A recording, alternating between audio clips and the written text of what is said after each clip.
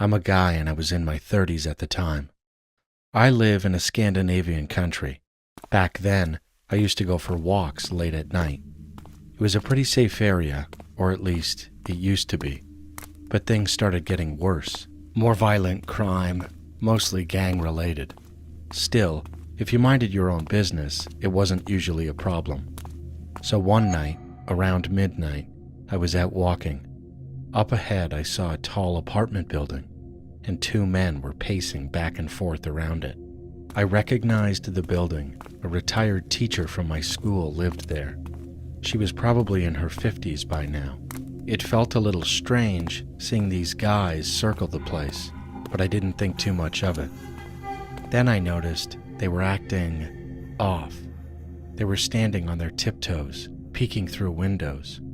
One of them even picked up a stick and walked back across the yard. That's when I realized they were about to break in, and I had just walked into the middle of it.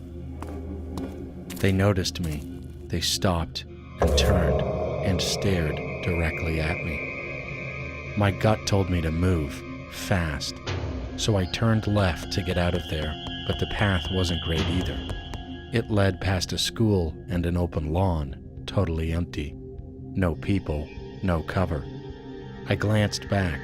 At first, the men walked the other way, but when I made the last turn in front of the school, I spotted them again, hiding behind a bush, watching me, waiting.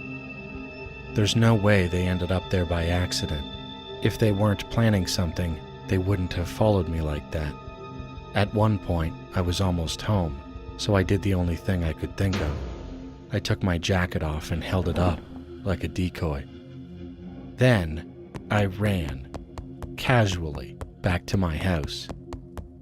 Nothing happened. They didn't follow me. But I know I got lucky that night.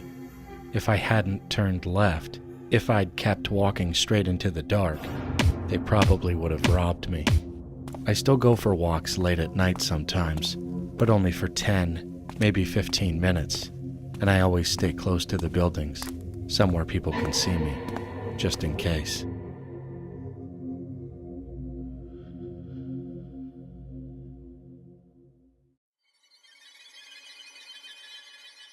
This happened 5 years ago when I was 15 years old. I was hosting a sleepover during the winter holidays. The weather that day was rainy and thunder was clashing louder than usual. I invited 5 of my closest friends over: Kai, John, Nick, Robin, and Marcus. We had all known each other since we were kids. Robin's uncle Blake also came over to keep an eye on us since my parents were away on vacation. They would not be back for a few days. My 2 bulldogs were with me too. Blake was a funny and easygoing guy, but he was no joke. He trained in professional martial arts and even coached MMA fighters. Everyone arrived that afternoon. I don't remember the exact time, but it was already pretty dark outside. The weather was classic winter with heavy rain and low skies. Blake ordered everyone pizza, and we decided to watch a scary movie. Honestly, it felt like the perfect night for it. The stormy weather set the mood. Halfway through the movie, the doorbell rang. We figured it was the pizza guy, and Blake went to get it. He looked through the peephole and saw the delivery man. He was about 6 foot tall and had a strange, unsettling expression. Blake said the guy gave him a bad feeling right away. He opened the door, and the man handed him the pizza. There were no words, just this long, creepy smile. Blake paid and shut the door quickly. Later, he told us it was one of the most awkward moments of his life. He just stood there while this guy silently grinned at him. Something about him felt wrong. Still, we brushed it off and continued watching the movie. By the time it ended, it was close to midnight. We all decided to sleep in the same room. It was the large guest room upstairs. Everyone brought their own sleeping bags. I slept on the bed, and so did Nick. The others set up around us on the floor. Blake stayed downstairs, watching his favorite Netflix series on the couch. We stayed up talking for about 30 minutes before finally falling asleep. Then, a shrug on my shoulder. Nick was trying to wake me. His face looked worried. He whispered, "Did you hear that?" There was a knock coming from the window. At first, I thought it was thunder, but then he leaned in and said, "I think someone's trying to get in." My heart started racing. We stared at the window, frozen. The knocking stopped.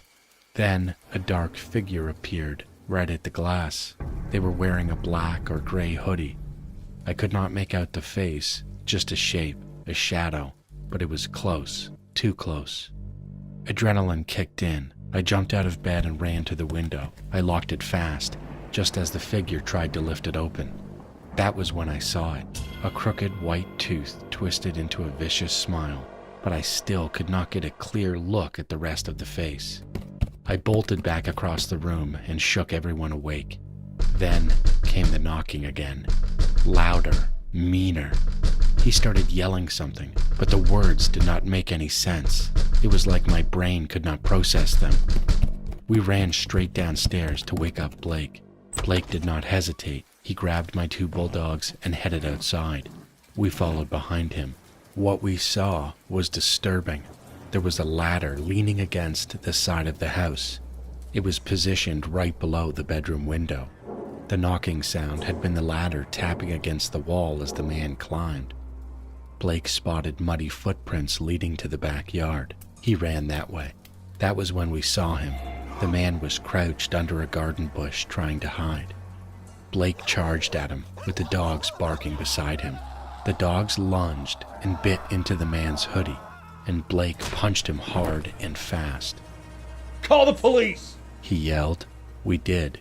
It took them a while to arrive because of the storm. When they finally got there, they arrested the man. Then came the part that still haunts me.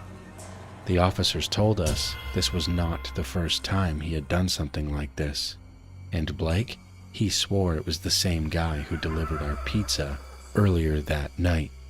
Since then, I have never let my guard down, and my dogs, they sleep in my room now, every single night.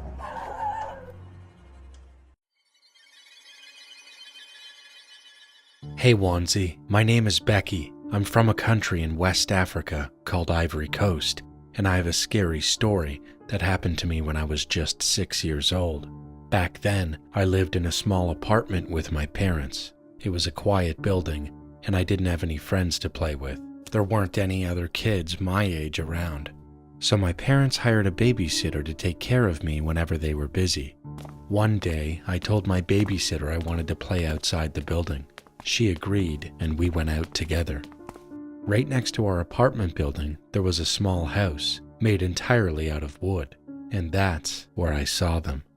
A group of kids playing right outside the wooden house. I got excited and asked my babysitter if I could join them. She said yes, so I ran over and started playing with them. They were a bit older than me, and I remember they were all siblings. At some point, the older girl in the group said she had to cook something. I was curious and asked, "Can I help you?" She smiled and said, "Okay." Then she told me to go pick up some small rocks, and some big rocks too. I didn't question it, I just did it. She brought out a big cooking pot and placed it over a fire, and then she began putting the rocks I collected into the pot. At first, I was confused, and I asked myself, what is going on? But I was just a kid. I tried to understand and tried to blend in. She covered the pot and waited. A few minutes later, she opened it again, and that's when I saw it. Inside the pot was rice and meat, cooked, hot, ready to eat. The same pot that was full of rocks just minutes before. I was shocked, but also amazed. I didn't understand how she had turned rocks into food. I remember thinking it had to be some kind of black magic. Then she invited me to eat with her and her siblings, and I was so close to saying yes. I was young, and I was naive, and the food smelled really good. But right then, my babysitter, who had been sitting a bit further away, noticed what was going on. She ran over and shouted, "Don't eat that food!"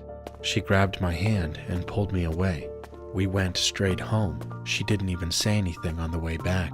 She just looked scared. Now I'm 16, and I still think about that day. What kind of magic did those children use? What would have happened if I had eaten that food? Ever since that experience, I don't like eating at other people's houses because I've seen with my own eyes that not every meal is what it seems.